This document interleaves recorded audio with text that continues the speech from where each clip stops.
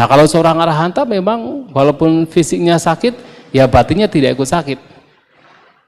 Makanya ada cerita, pada zaman dulu ada seorang biku, dia itu masuk ke kuti, ternyata dari atap kuti itu ada ular berbisa, jatuh ke tubuhnya, menggigit.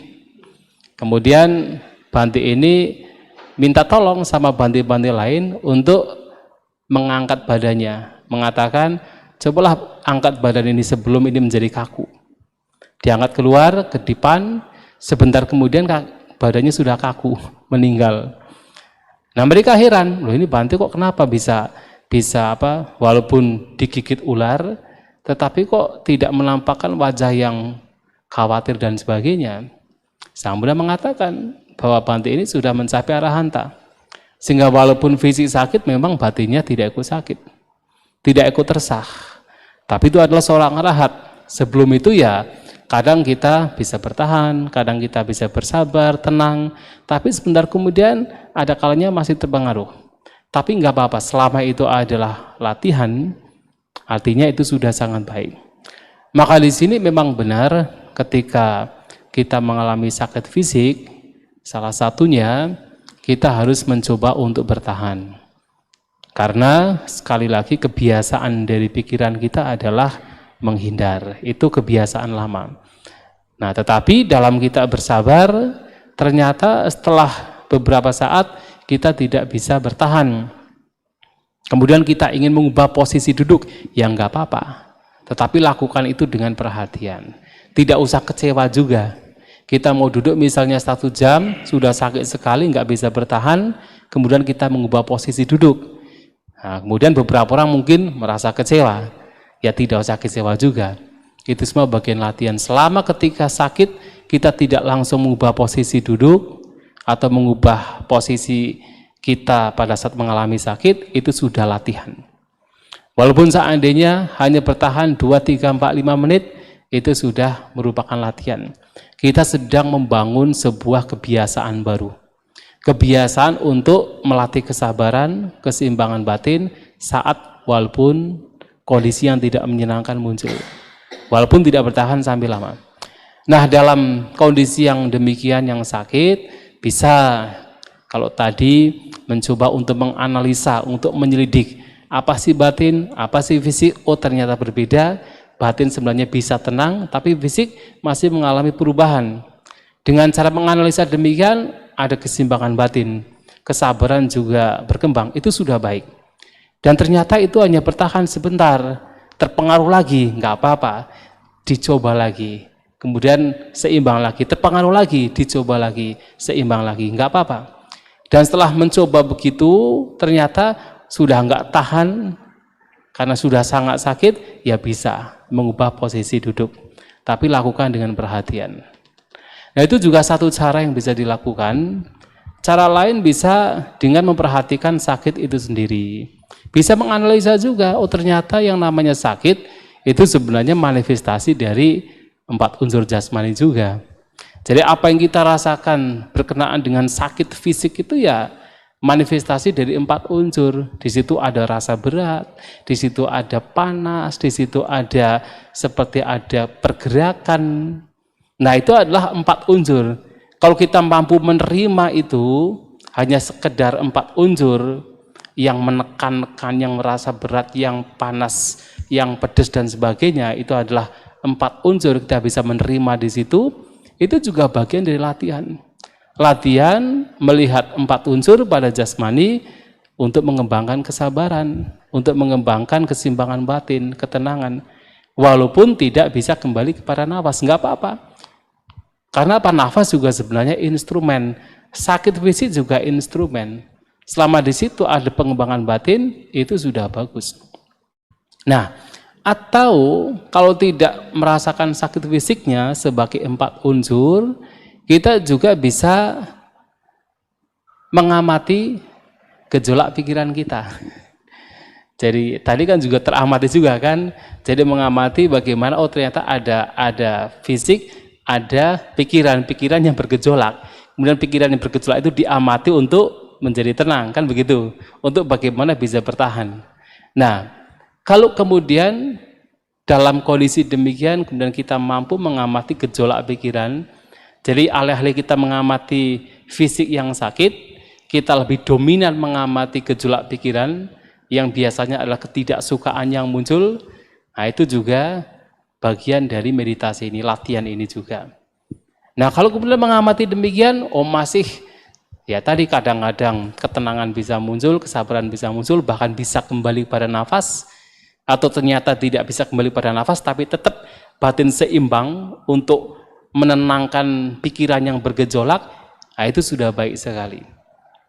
Kemudian setelah berulang-ulang kali ternyata tidak bisa bertahan, kemudian harus mengubah posisi duduk, ya tidak apa juga. Lakukan itu dengan perhatian. Ya, itu sudah sangat baik sebagai bagian dari latihan ini. Baik, Bante. Terima kasih, Bante. Ya. Tadi ini dulu sebentar ya. Yang sini. Sutyotu Bante, yang mau kami tanyakan, ketika bermeditasi itu di antara bola mata di jidat ini terasa kayak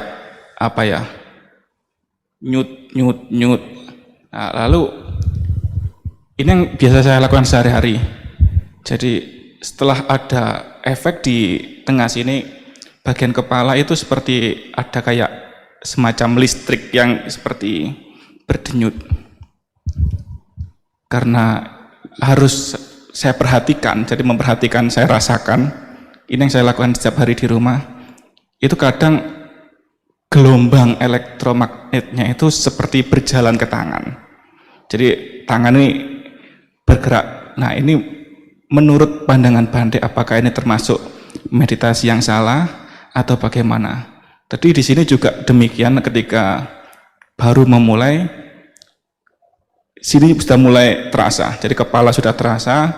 Tadi Bante mengatakan fokus pada keluar masuknya nafas, jadi kembalikan lagi, fokuskan lagi ke nafas.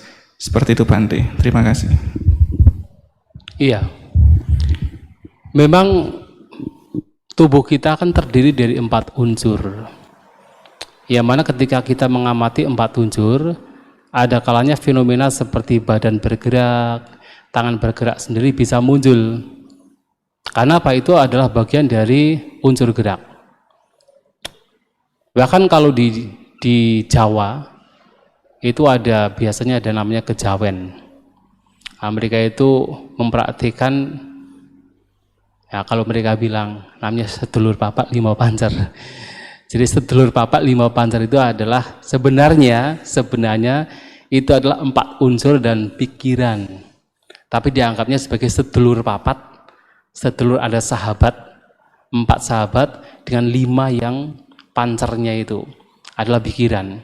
Mereka menggunakan itu sebagai sesuatu yang sifatnya beyond gitu kan, mistik gitu kan. Tetapi sebenarnya itu adalah 4 unsur yang ketika itu dikembangkan orang bisa bergerak ke sana kemari, padahal itu adalah unsur dari 4 unsur jasmani dan tidak ada yang spesial, itu hanya sekedar bagian dari 4 unsur. Maka 4 unsur di sini ada unsur yang berat ringan, kemudian unsur cairnya, unsur temperatur atau panasnya, termasuk dingin juga, dan ada unsur udara atau unsur gerak. Maka ketika kita mengamati jasmani kita yang kita rasakan, itu sesungguhnya semuanya adalah 4 unsur. Apapun yang kita rasakan berkenaan dengan jasmani adalah 4 unsur. Nah, ketika merasa kok seperti di bagian jidat itu ada denyut-denyut, yang gerak itu adalah unsur gerak.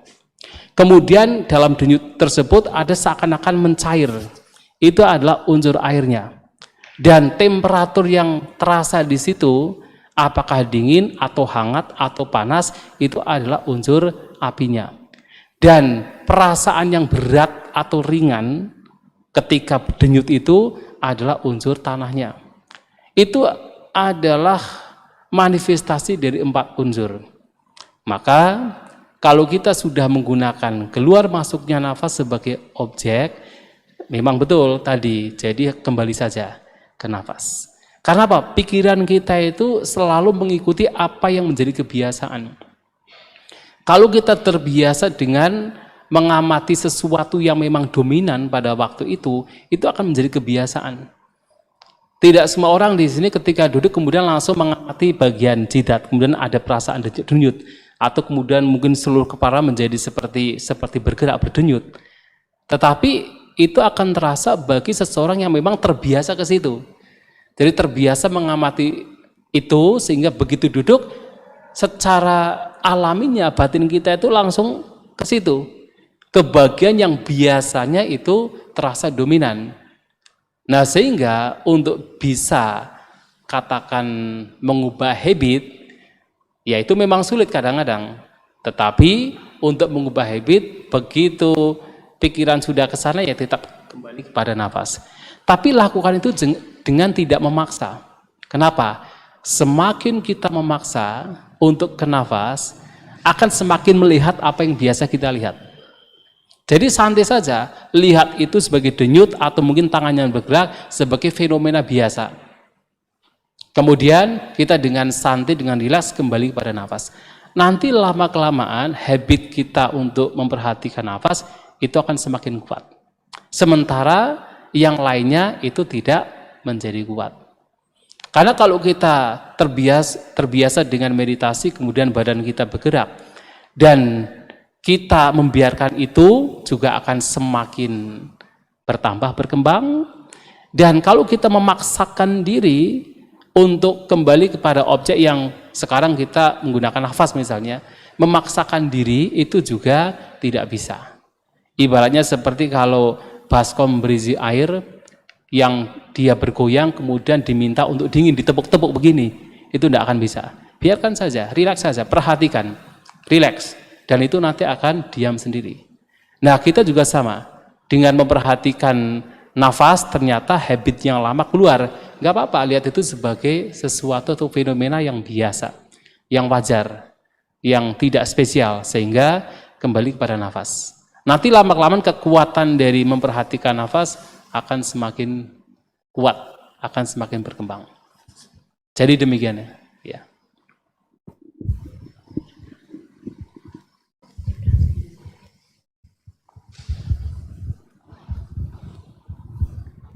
Sore Bante, sebelumnya saya mau bertanya, apakah boleh saya menanyakan mengenai objek meditasi di luar dari nafas yang saat ini kita bahas? Silakan. Oke. Kalau misalnya kita punya ketertarikan untuk belajar objek meditasi, objeknya air. Kalau yang setahu saya, yang dari informasi saya terima, air itu kan harus ditaruh di tempat yang transparan Bante ya. Yang transparan, terus diisi, terus kita perhatikan terus menerus. Nah, pertanyaan saya, kalau misalnya pada awal-awal kita kan mungkin bisa sedikit-sedikit tapi putus lagi. Habis itu kan kita buka mata lagi Bante ya. Buka mata lagi, lihat lagi. Habis itu kita coba, nanti agak lama putus lagi. Nah, terus misalnya kita ternyata mungkin kurang sabar ya. Terus kita merasa, oke, aku bisa kayak tanda kutip itu menghayalkan aja deh nih air seperti apa, kalau air yang misalnya di kayak kolam atau air di sungai seperti apa, terus kita fokus pada air itu, tapi kan itu tidak sesuai sama yang ada gitu loh Bante. Itu gimana Bante? Apakah kurang tepat? Itu yang pertama. Terus yang kedua Bante, misalnya kita berkomitmen untuk meditasi selama 30 menit misalnya, tapi di awal-awal karena tipe kayak saya ini misalnya ya terlalu banyak pikiran berkelibat gitu, jadi saya mungkin memutuskan untuk pegang misalnya objek pernafasannya selain dari nafas, misalnya air tadi atau mungkin meta bawana untuk di awal, tapi misalnya setelah batin tenang saya alihkan lagi ke pernafasan, itu apakah boleh? Jadi seolah-olah kayak satu kali meditasi kita pakai dua objek, itu apakah boleh? Terima kasih Bante. Iya, mungkin bagi yang tidak pernah mendengar, ini saya jelaskan berkenaan dengan meditasi, berbagai macam objek yang sebenarnya bisa kita pilih. Jadi kalau kita memperhatikan apa yang disampaikan Sang Buddha, objek meditasi bisa bermacam-macam. Dan itu telah didaftar oleh Bante Buddhaghose dalam bukunya Visuddhimagga. Yang kemudian untuk Samatha Bhawana oleh Bhante Buddhaghosha di list di daftar terdapat 40 objek meditasi.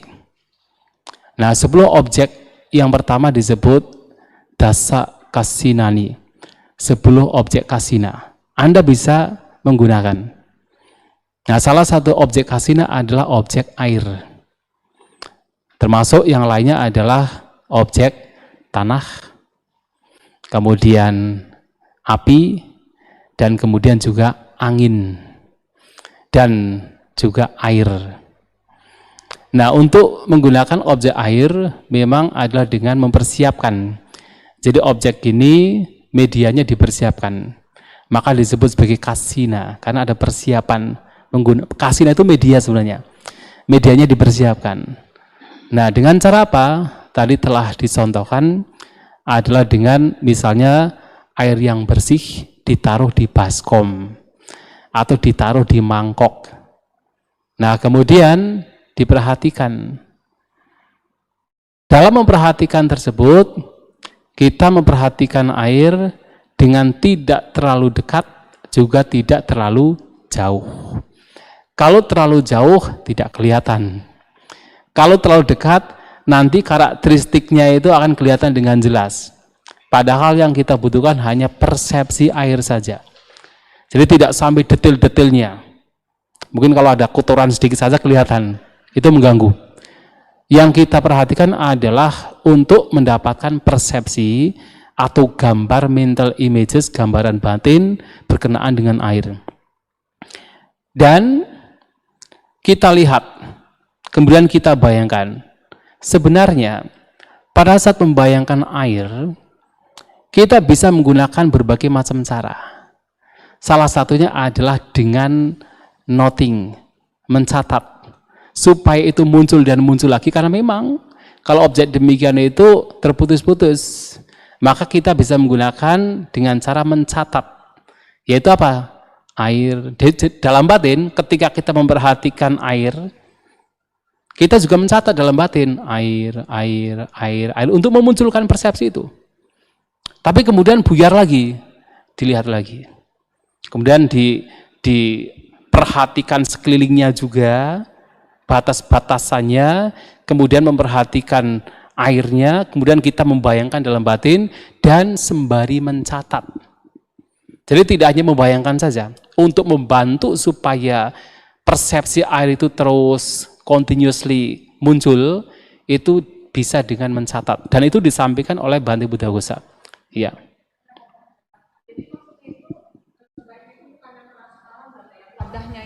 Wadahnya air itu sebaiknya jangan transparan ya, karena kalau transparan jadinya berpendar, ada air di sini, terus kita lihat gitu kan wadahnya sendiri udah transparan, otomatis kita ngeliat air tuh kayak ke atas bawah, kayak kok banyak gitu, terus bingung nangkepnya yang mana. Berarti ya, kalau disarankan tidak transparan ya untuk wadahnya itu ya.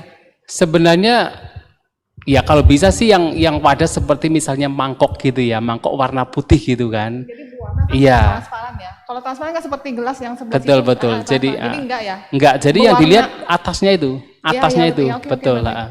Atasnya itu. Ya. Nah, itu yang kemudian dijadikan persepsi dalam batin kita. Nah, kemudian dicatat dalam batin, air. Nah, kalau misalnya buyar lagi, lihat lagi. Kemudian dicatat lagi dalam batin. Dan ini juga dilakukan berkenaan dengan objek kasina lain juga.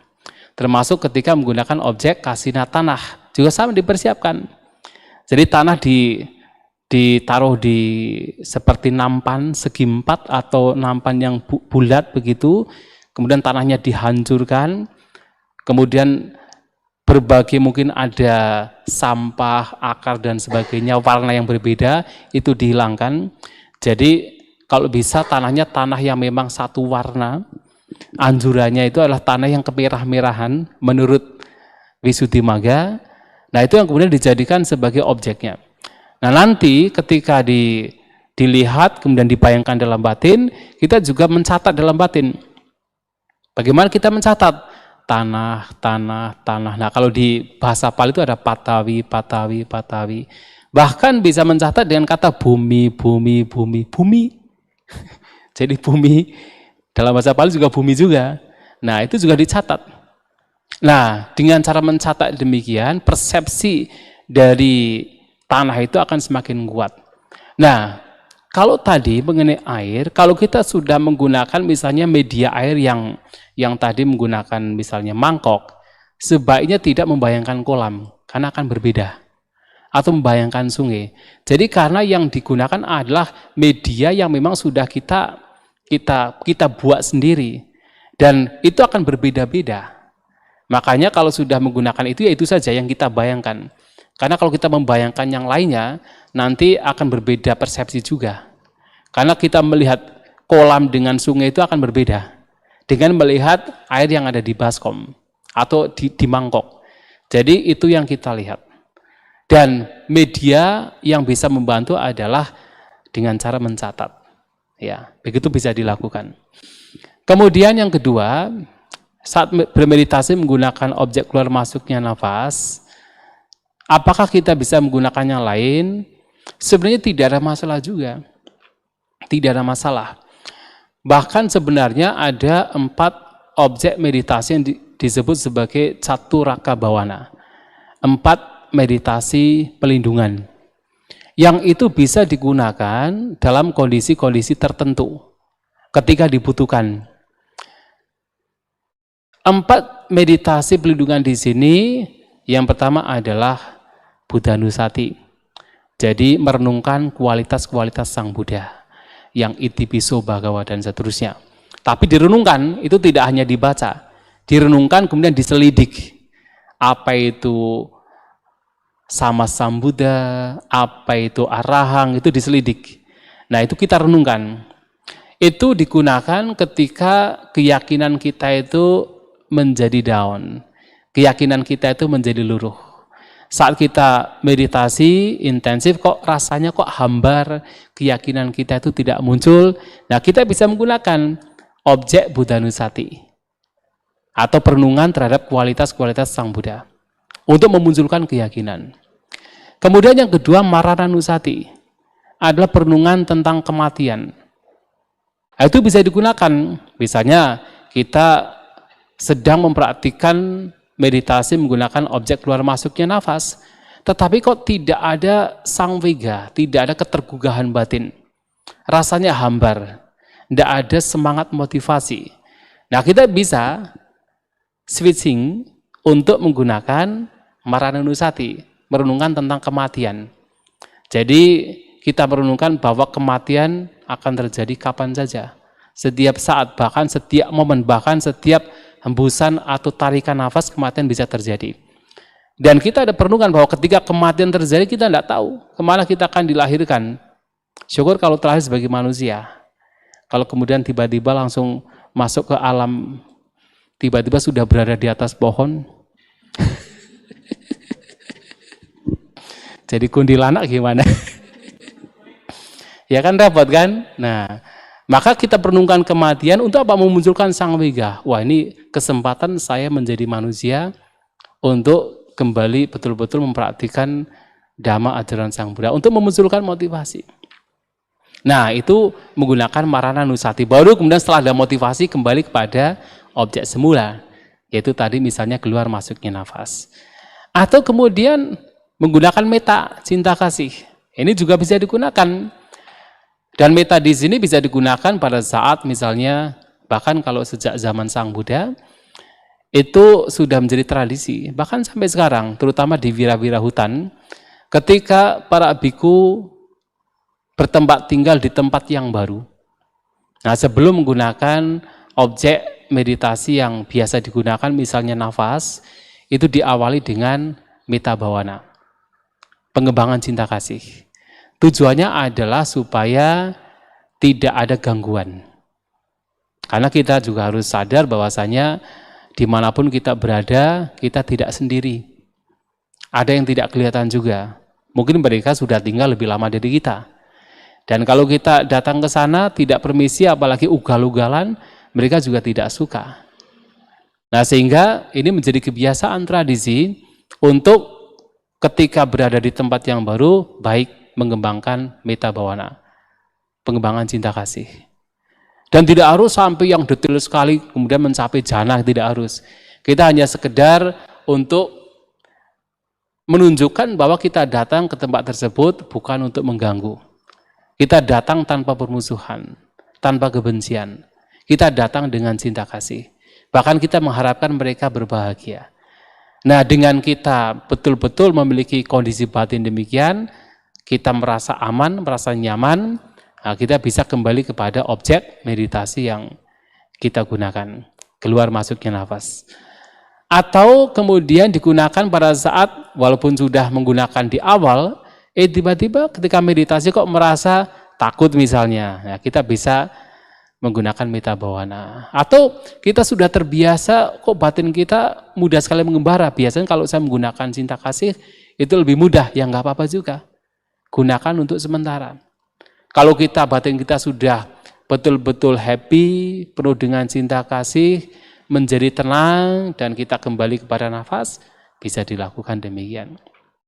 Nah, jadi ketika kalau tadi, apakah boleh menggunakan nafas kemudian sesekali menggunakan metta? Kalau memang dibutuhkan, kenapa tidak? Nggak apa-apa. Bahkan ketika terbiasa dengan objek air misalnya sebagai kasina, kalau memang itu dibutuhkan, kenapa tidak? Nggak masalah. Kemudian kalau sudah tenang, kita bisa kembali kepada nafas. Nah, yang keempat itu ada objek asubha. Jadi satu raka bawana, itu yang keempat adalah asubha bawana. Dan itu bisa digunakan ketika yang berkembang dalam batin adalah keinginan-keinginan berkenaan dengan nafsu indrawi.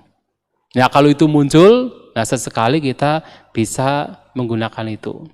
Kita bisa membayangkan, nah, visualisasi. Karena kita tidak bisa melihat mayat secara langsung kan. Kalau bisa, itu baik. Tapi kalau tidak bisa, ya sudah kita visualisasi. Menggunakan objek mayat.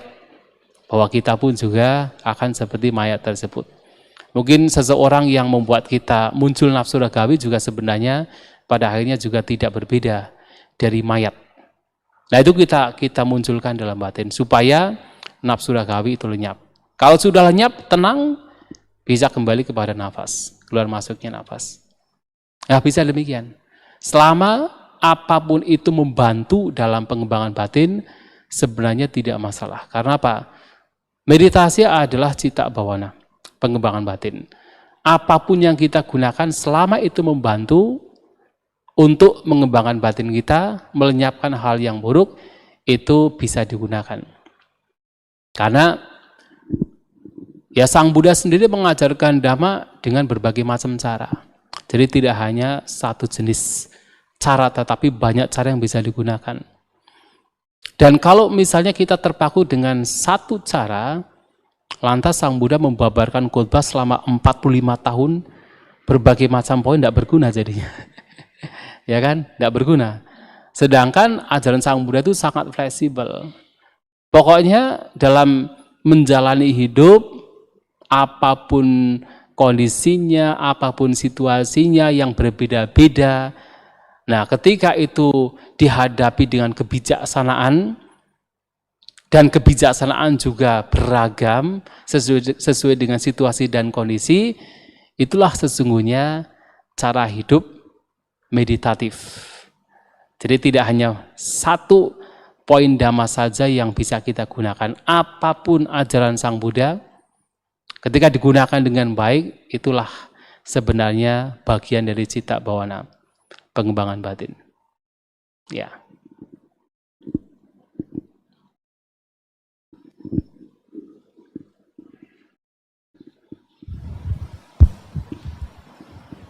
Nama budaya Bante.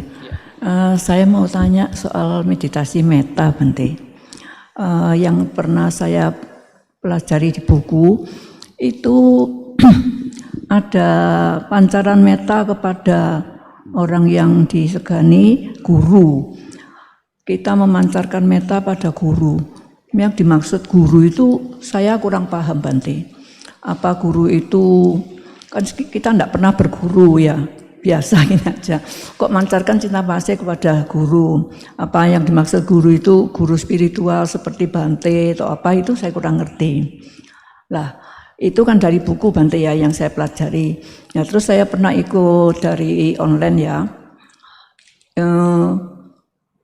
soal meditasi metta, saya dianjurkan untuk memancarkan metta kepada teman spiritual. Lah, teman spiritual itu yang gimana? Suruh memancarkan terus kepada teman spiritual. Saya tanya, katanya teman spiritual itu seperti biku, bikuni. Kalau perempuan ya harus sesama jenis, sama bikuni, kalau laki sama biku gitu loh. Atau pokoknya meskipun enggak gitu, pokoknya spiritual lah gitu. Lah, itu disuruh memancarkan cinta kasih kepada teman spiritual itu terus menerus sampai dalam kegiatan sehari-hari mengarahkan terus ke situ, seolah-olah dibawa terus, pancarkan cinta kasih terus, mengharapkan kebahagiaan terus. Terus saya bilang gini, apa itu enggak kemelekatan tak? Maksud saya setiap saat Bante disuruh memancarkan cinta kasih ke situ. Saya kurang sepakat. Jadi kalau seperti itu, apa saya betul apa salah Bante? Soalnya kan kok aneh gitu loh, kok saya disuruh memancarkan itu kan memangnya meditasi metta memangnya gitu Bante. Nah, seperti itu bagaimana Bante? Supaya saya tidak bingung. Iya, jadi metta bhavana adalah pengembangan cinta kasih. Sebenarnya kata metta sendiri itu dari kata mita. Mita itu artinya friendship. Jadi loving kindness atau cinta kasih di sini lebih kepada rasa persahabatan. Sebenarnya rasa persahabatan yang mana di situ tidak ada permusuhan, tidak ada keinginan, tidak ada kebencian, tidak ada keinginan untuk menyakiti. Akan tetapi dalam pengembangan cinta kasih itu bukan masalah kita tuh memancarkan seakan-akan ada pancaran cinta kasih ke sana. Bukan. Itu pengembangan cinta kasih dalam batin kita. Dengan objeknya adalah manusia. Mungkin orang yang mendapatkan, yang menjadi objek pengembangan cinta kasih kita mungkin tidak akan merasakan. Tetapi batin kita yang berkembang. Batin kita berkembang di dalam yaitu metta, di dalam friendship, di dalam persahabatan, di dalam kondisi batin yang tidak ada permusuhan, tidak ada kebencian, tidak ada pikiran-pikiran buruk.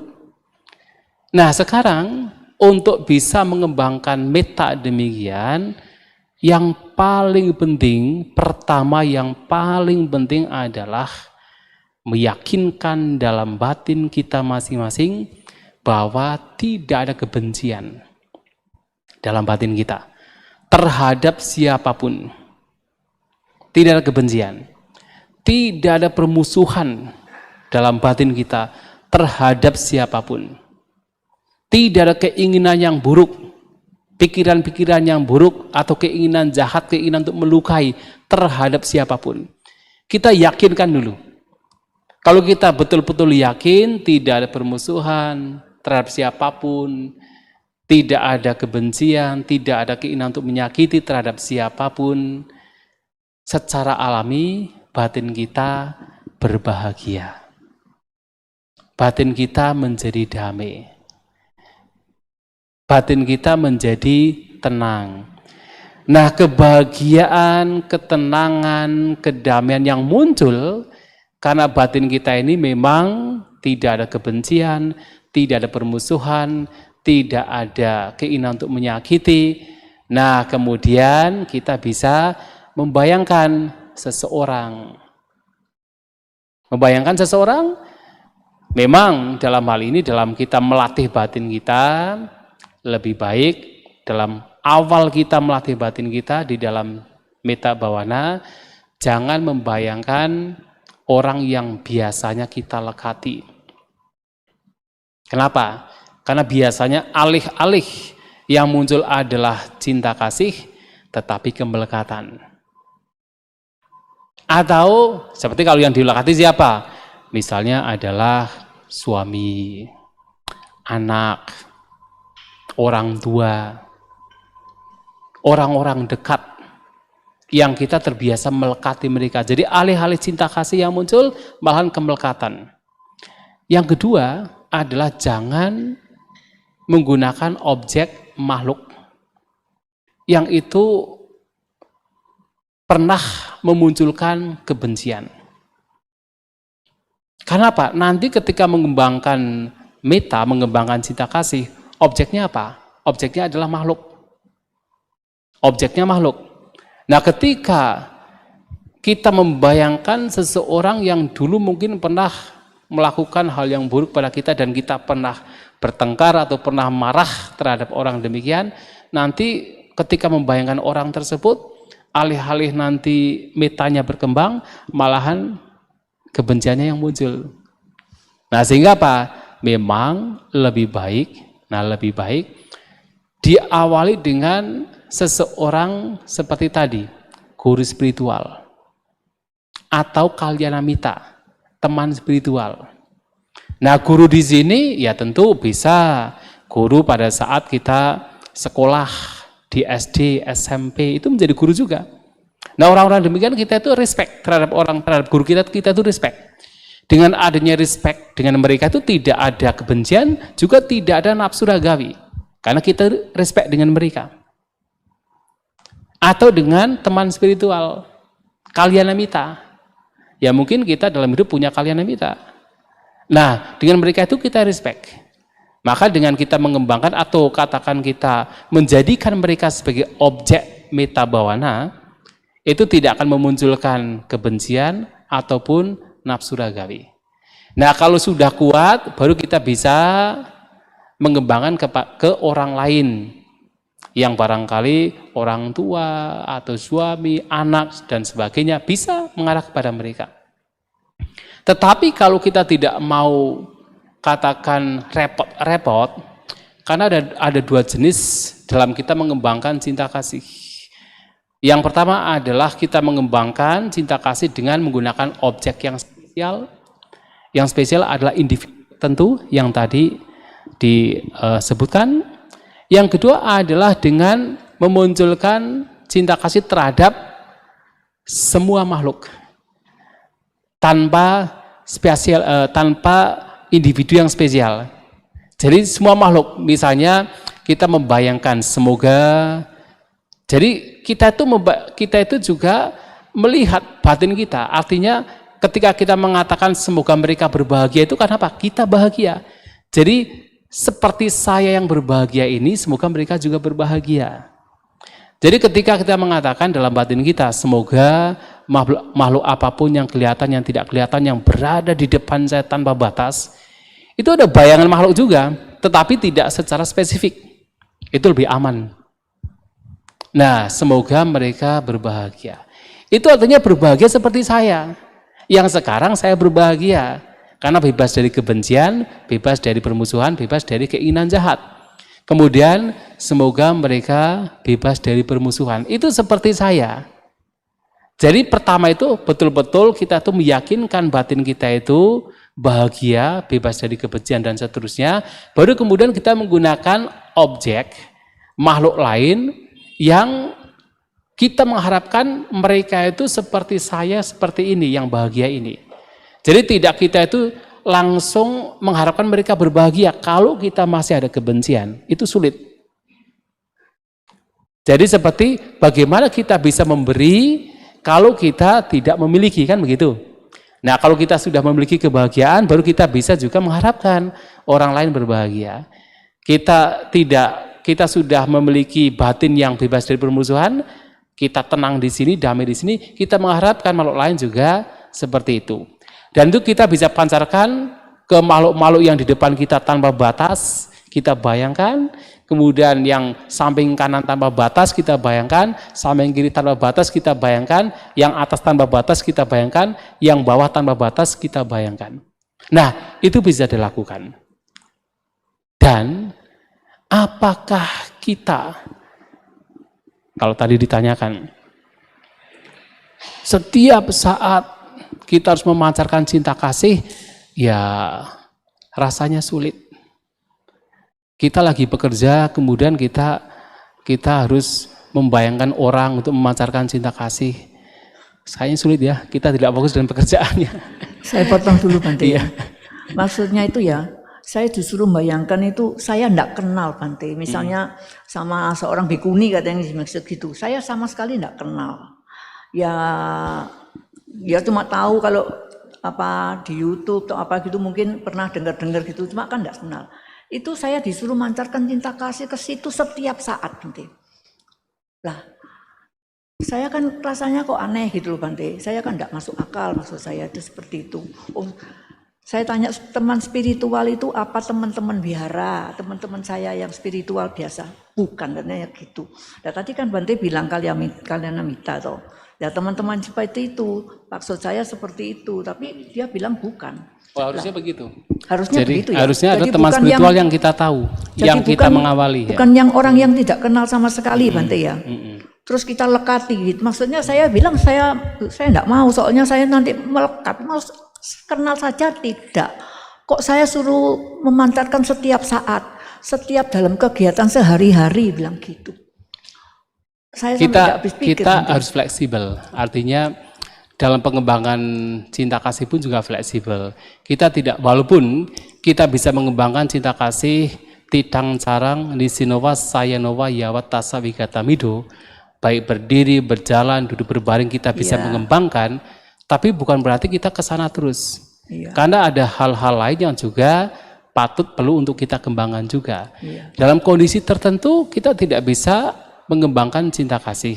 Ada kalanya yang kita kembangkan pada waktu itu adalah kesabaran misalnya. Tadi pas lagi sakit gitu kan. Bagaimana kita mengembangkan cinta kasih sementara gejolak pikiran kita itu masih begitu kuat. Yang kita kembangkan pada waktu itu adalah kesabaran.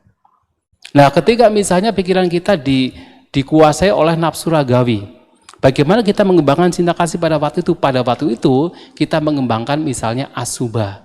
Jadi batin kita itu harus pandai-pandainya secara fleksibel untuk mengembangkan apapun yang baik dalam situasi kondisi yang terus mengalami perubahan.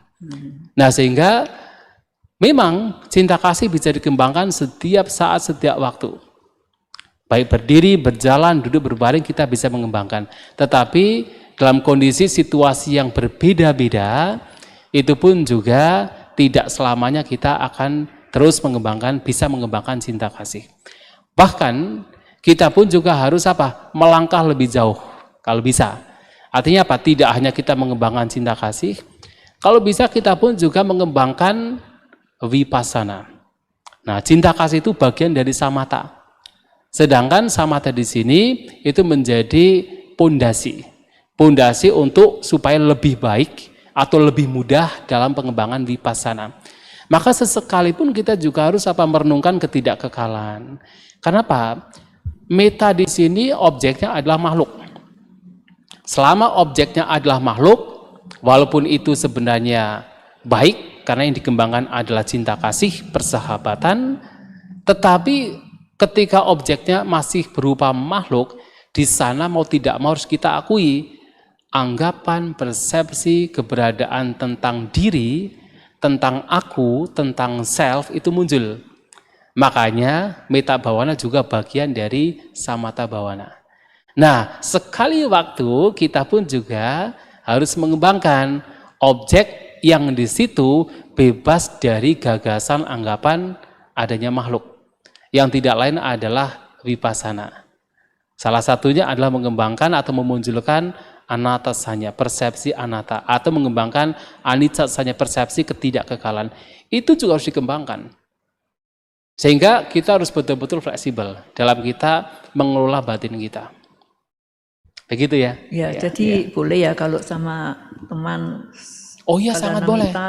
Justru kalau bisa yang dikenal. Nah, ya itu enggak dikenal kan enggak benar ya Bante ya, kalau enggak kenal sama sekali. Sebenarnya enggak salah juga, itu baik juga. Tetapi untuk kita memulai dalam pengembangan cinta kasih lebih baik orang yang kita kenal. Tapi juga enggak dilekati loh Bante, maksudnya saya bukan dilekati sampai kemanapun, diingat-ingat. Oh ya tidak. Saya kan terus bilang gini, kemana-mana suruh ingat itu. Terus saya bilang, saya kemana-mana ingat sama Buddha Dhamma Sangha setiap saat gitu. Saya bilang gitu. Saya kalau suruh ingat satu orang, saya rasanya kok nggak bisa ya, kan takutnya melekat gitu loh. Saya bilang gitu.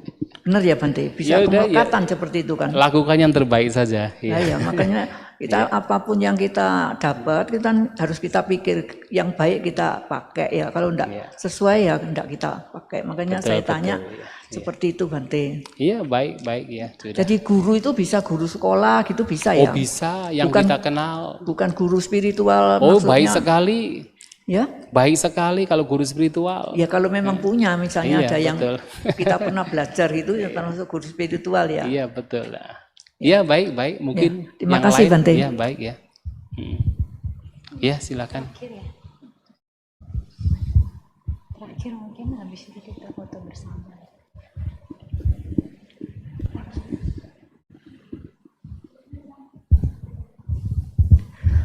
Selamat sore Bante. Bante, saya mau tanya, apakah tujuan kita belajar meditasi dengan objek kasina seperti air, api, angin yang tadi Bante kasih tahu? Apakah salah satu tujuannya itu seperti menimbulkan skill kita seperti bisa mendengar jarak jauh, bisa baca pikiran orang dan lain-lain Bante? Terima kasih Bante. Ya, tujuan yang paling utama kita memunculkan atau menggunakan media kasina adalah ketenangan, supaya batin tenang. Itu yang paling utama. Memang ini terjadi pada zaman Sang Buddha. Umumnya mereka-mereka yang punya namanya iddhivida, kesaktian, itu memang mengembangkan kasina. Tapi itu adalah yang sudah sangat-sangat advance gitu ya. Tapi yang paling pertama tujuannya adalah supaya batin tenang. Dengan ketenangan batin bisa atau lebih mudah ketika seseorang harus melihat realitas atau melihat anicca, dukkha, dan anatta. Tapi yang pertama adalah untuk ketenangan. Syukur-syukur kemudian berkembang. Tidak hanya sekedar tenang biasa tetapi bisa mencapai jhana. Karena dengan praktik kasina bisa membawa kepada jhana keempat. Tidak hanya 1, 2, 3 seperti meta, cinta kasih, tetapi bahkan bisa jhana keempat. Nah syukur-syukur bisa mencapai jhana keempat. Nah syukur-syukur lagi setelah mencapai jhana mau dikembangkan lagi untuk mendapatkan kesaktian, nggak apa-apa juga, itu haknya masing-masing.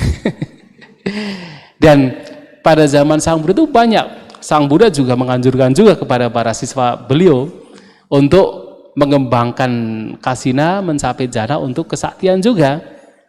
Tapi sebenarnya intinya bukan kesaktiannya, tetapi orang yang memang menggunakan kasina mencapai jhana dan mengarahkan kepada hal-hal demikian itu batinnya itu sudah sangat-sangat fleksibel, batinnya itu sudah sangat-sangat kuat, sehingga untuk bisa melihat kesunyataan atau melihat kebenaran, 4 kebenaran mulia itu akan lebih mudah. Karena ketika batinnya diarahkan kepada hal-hal demikian, itu sebenarnya melatih batin juga. Jadi seperti kalau Sang Buddha menyampaikan, batin kita itu dilatih seperti seseorang yang membuat berbagai macam perkakas dari besi, yang besi yang tadinya mentah itu harus dibuat apa? Dibuat fleksibel. Dibuat fleksibel, lentur tetapi kuat. Dengan cara apa? Dibakar, dipukul-pukul, dipersiki air, kadang didiamkan sebentar. Dibakar lagi, dipukul-pukul, dipersiki air, didiamkan. Dan terus demikian sampai besi tersebut menjadi fleksibel, lentur tetapi kuat. Nah, batin kita yang diarahkan dengan cara demikian sebenarnya sebagai efeknya, sebagai dampaknya memang pada zaman Sang Buddha yang terjadi, mereka bisa memiliki berbagai macam kesaktian. Orang yang mengembangkan kasina air, orang demikian salah satu kekuatannya kalau dikembangkan bisa ambles bumi. Ambles bumi, masuk ke dalam bumi. Kenapa? Karena apa? Orang demikian bisa membayangkan bumi itu seperti air. Jadi apa? Dia bisa ambles bumi. Bhante Mahamoggallana ketika pergi ke alam Tawatingsa, kemudian ada istana dari Raja Saka, istana yang sangat besar, kemudian digoyang. Itu dengan apa? Dengan membayangkan sekitar istana tersebut seperti air. Jadi kalau air itu disentuh begini kan bergelombang. Nah, sehingga orang punya kekuatan demikian, itu nyentuh bumi bisa bergelombang, seperti gempa bumi. Nah, jadi bisa masuk ambles bumi dengan air. Dan ada para biku yang bisa terbang, bisa berjalan di angkasa, bisa berbaring di angkasa. Mereka mengembangkan apa? Kasina tanah. Jadi dengan kasina tanah, bagi orang lain yang melihatnya seperti angin begini, seperti udara terbuka, tapi bagi orang tersebut itu ya bisa membayang, bisa menciptakan oleh pikiran beliau, oleh pikiran mereka bahwa itu adalah tanah, apakah berundang atau tanah rata, dan sehingga bisa apa? Berjalan, bisa berbaring. Nah, kita melihatnya, oh ini kok bisa terbang. Tetapi bagi orang tersebut itu adalah tanah biasa. Nah, kalau menggunakan kasina tanah, mungkin kalau kasina tanah bisa terbang. Atau kalau menggunakan kasina udara. Kasina udara. Kalau kasina udara kan tidak bisa dilihat, ya kan? Udaranya di mana? Makanya kalau di dalam Visuddhimagga kita membayangkan ini pergerakan dari pohon. Atau yang paling mudah adalah kalau kita pergi ke paddyfield, ke paddyfield, sawah maksudnya, ke sawah gitu kayaknya, ke padi gitu kan, tanaman padi itu. Nah, itu kan anginnya kan kelihatan sekali kan. Nah, itu yang dibayangkan, itu menjadi objek udara. Dan kalau menggunakan objek udara, bisa punya kekuatan, bisa tembus tembok, tembus gunung dan sebagainya. Dan itu dipraktikkan pada zaman Sang Buddha. Tetapi sebenarnya mengarahkan batin demikian itu bukan sekedar tujuannya adalah supaya punya kesaktian demikian, tapi lebih kepada seperti seseorang yang sedang menempa besi sampai besi tersebut menjadi lentur, kuat, dan bisa digunakan untuk apapun perkakas yang dia ingin menggunakan, ingin dibuat. Nah, batin yang diarahkan demikian itu seperti besi yang sudah siap sekali untuk melihat terutama adalah 4 kebenaran mulia. Nah, sehingga yang paling pertama adalah mengembangkan kasina adalah untuk ketenangan, yang paling pertama. Yang kedua, kalau memang bisa membawa kepada jana. Yang keempat, yang ketiga adalah bisa diarahkan ke adalah yang tadi iddhivida, kesaktian. Tetapi yang lebih penting dari itu semua adalah bahwa pencapaian ini bisa dijadikan pondasi untuk melihat anicca, dukkha, dan anatta. Itu yang paling penting. Ya, begitu ya.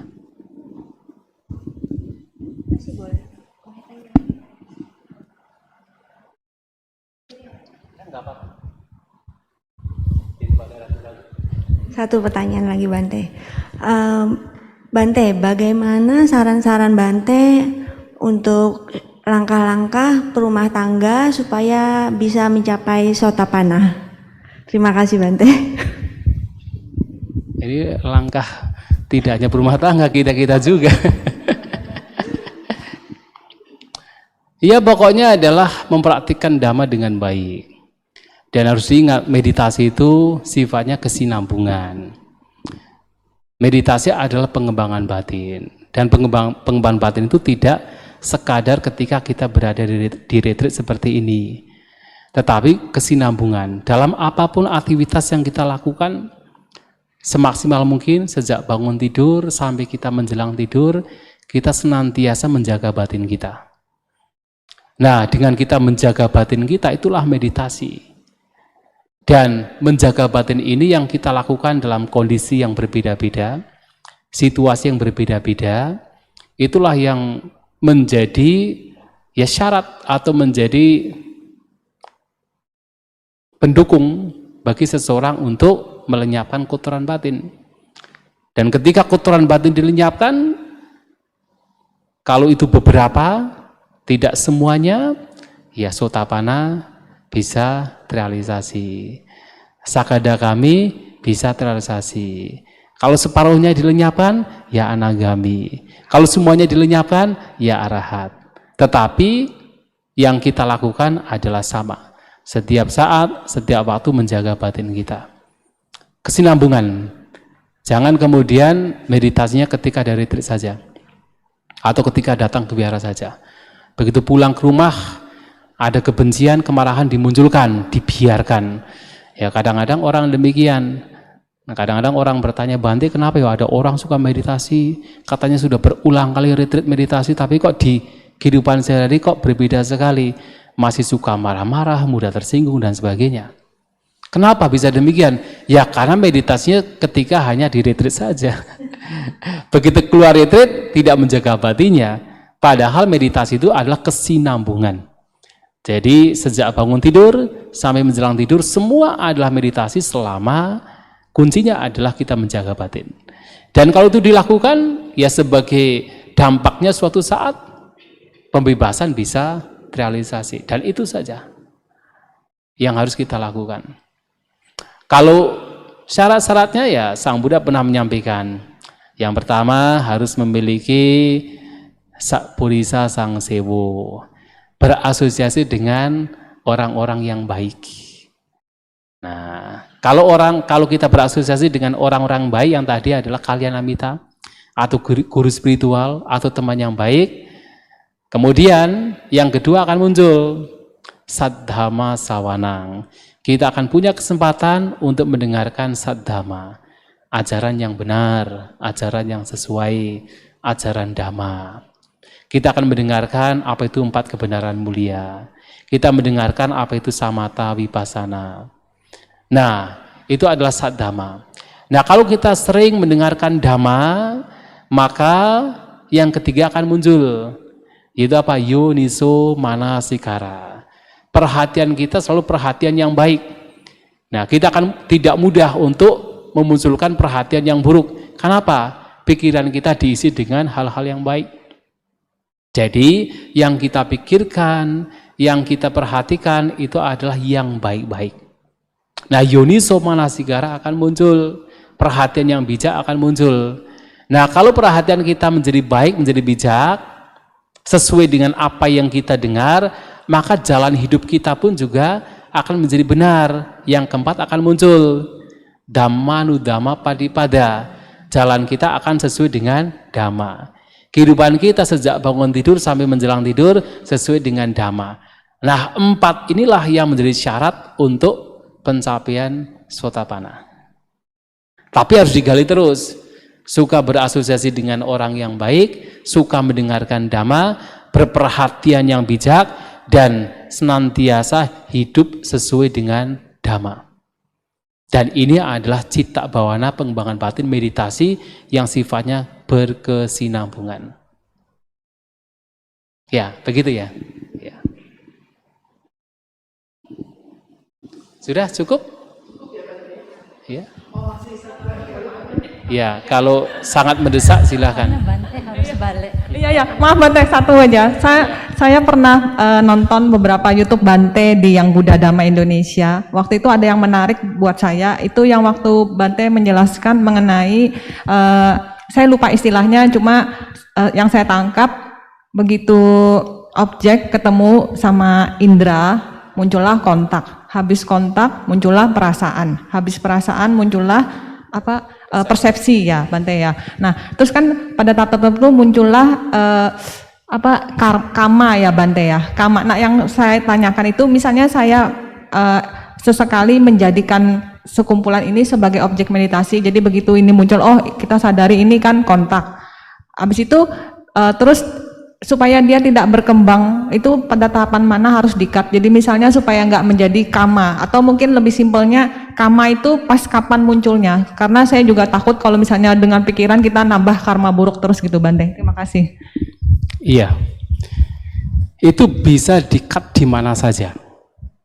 Jadi tergantung mana yang paling dominan pada waktu itu. Memang ini disampaikan oleh Sang Buddha dan kita semua merasakan, mengalami, karena itu pengalaman kita semua. Ketika mata bertemu dengan objek mata, maka di situ akan ada kesadaran mata. Ketika ketiganya muncul, ada mata, ada bentuk, kesadaran mata, di saat itu pula sudah ada kontak, pasa, sudah ada sentuhan. Dengan adanya kontak, maka Pasti muncul perasaan. Bisa menyenangkan, tidak menyenangkan, perasaan netral. Dan apa yang seseorang rasakan, itulah yang kemudian ia kenali, ia persepsikan, muncul sanya. Kemudian apa yang seseorang kenali, itu yang kemudian dia pikirkan, menjadi bentuk pikiran, vitaka. Disitulah karma sudah mulai muncul. Nah, yang menjadi katakan berbahaya adalah apa yang seseorang pikirkan, itu yang kemudian dia pikirkan berulang-ulang, berkembang biak. Itu papanca, pikiran yang berkembang biak. Dan ketika itu terjadi, disitulah berbagai macam kotoran batin itu muncul. Ketika pikiran sudah berkembang biak. Nah, kalau seseorang dalam bermeditasi ini bisa mengenali perasaan, oh sangat baik. Jadi berhenti pada perasaan, tidak sampai kepada yang lainnya, apalagi sampai papanca, itu sangat baik. Kita menyadari perasaan, itu menjadi Vedanupasana. Jadi salah satu landasan perhatian, yaitu perenungan atau perhatian terhadap perasaan. Tapi kalau kemudian yang tersadari sudah menjadi persepsi atau gambaran batin, sudah menjadi sebuah pengenalan atau gambaran batin gitu kan, ya nggak apa-apa juga. Kita bisa menyadari itu. Kita memotong di situ, tidak masalah juga. Sehingga tidak sampai kepada papanca. Tapi kemudian sudah terlanjur terpikirkan, sudah diketahui kok objeknya, itu cepat sekali kan.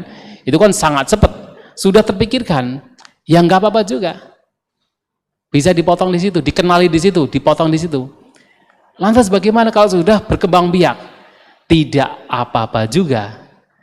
Daripada ketika berkembang biak, kita biarkan sehingga berbagai macam pikiran-pikiran yang buruk itu bermunculan, lebih baik kan, walaupun itu sudah berkembang, kita bisa menyadari papanca. Kita sadari di situ, wah pikiran sudah berkembang ini. Kita sadari, kita tidak terseret oleh papanca. Nah setelah itu kita kembali kepada objek meditasi. Nah sehingga di mana kita bisa memotong, di mana saja yang kita sudah menyadari di situ. Jadi nggak harus kalau memang bisa di perasaan, oh sangat baik. Tapi kalau memang bisanya setelah batin berkeliaran atau batin berkembang biak, ya nggak apa-apa juga. Lebih baik memotong daripada kita terseret terlena ke dalam hal itu. Tapi dari semua itu, yang terpenting adalah bagaimana di dalam kita mengamati apapun fenomena yang muncul tersebut, apakah di dalam perasaan kita, atau persepsi kita, bentuk pikiran muncul, atau bahkan ketika papanca itu muncul, yang terpenting adalah bagaimana kita tidak bergembira di situ, tidak menyenangi di situ. Dan itu yang dianjurkan oleh Sang Buddha. Sang Buddha menyampaikan ketika seseorang tidak bergembira, tidak menyenangi, tidak welcoming, hal-hal yang menyebabkan munculnya papanca atau perkembangbiakan pikiran, disitulah penderitaan akan lenyap. Nah itu yang menjadi latihan kita. Itulah kenapa kemudian dalam bermeditasi pada akhirnya kita diajarkan untuk mengamati apapun objek, apapun fenomena tanpa kita melekatinya. Kita tahu ada nafas, kita mengamati nafas tapi tidak melekati nafas. Kita tahu ada perasaan, kita mengamati perasaan tetapi tidak melekati perasaan. Itu hanya sekedar fenomena. Bahkan ketika pikiran kita sudah berkembang biak, kita sadari, kita amati tanpa kita harus melekatinya. Tidak usah menjadi kecewa, tidak usah menjadi khawatir. Kita sekedar melihat itu sebagai sekedar fenomena semata. Nah, disitulah kita melatih batin kita untuk tidak bergembira, tidak bersenang, tidak welcoming apapun fenomena yang muncul, termasuk adalah sebab-sebab yang memunculkan perkembangbiakan pikiran. Itu yang menjadi latihan dalam kita bermeditasi. Terutama adalah vipassana. Ya, begitu ya. Ya, mudah-mudahan bisa dipahami.